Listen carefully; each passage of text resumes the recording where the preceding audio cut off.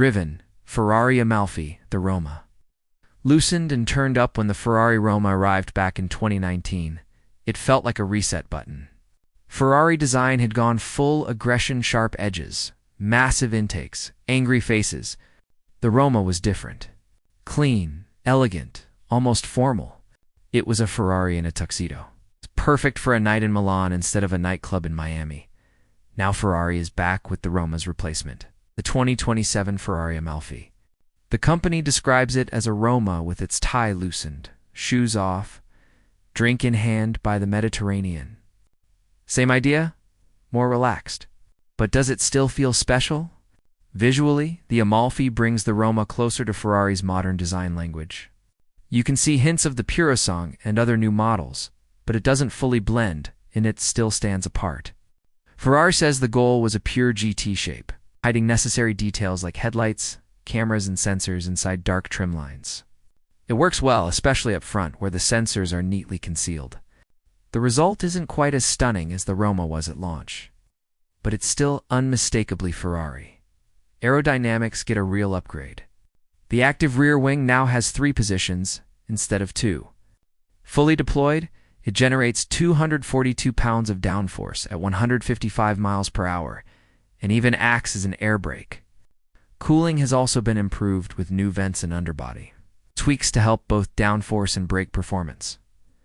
Inside is where the Amalfi really listens to criticism. Ferrari admits customers hated the touch-sensitive controls in the Roma, especially the virtual start button. Good news. Physical buttons are back. There's a proper red start button again, and the whole cabin feels more premium and intuitive. The center screen is now landscaped instead of portrait and blends better into the dash. The passenger display remains questionable, but Ferrari loves it. Under the hood, the 3.9-liter twin-turbo V8 now makes 631 horsepower. Up 19 from the Roma, torque stays the same, but throttle response is sharper. The red line is slightly higher, and the engine feels more eager everywhere. Ferrari claims 0 to 62 miles per hour in 3.3 seconds, a tenth quicker than before. The sound is slightly quieter due to regulations, but it still feels right from behind the wheel. On the road, the Amalfi immediately feels more alive. It pulls harder, shifts smarter, and feels more confident at speed.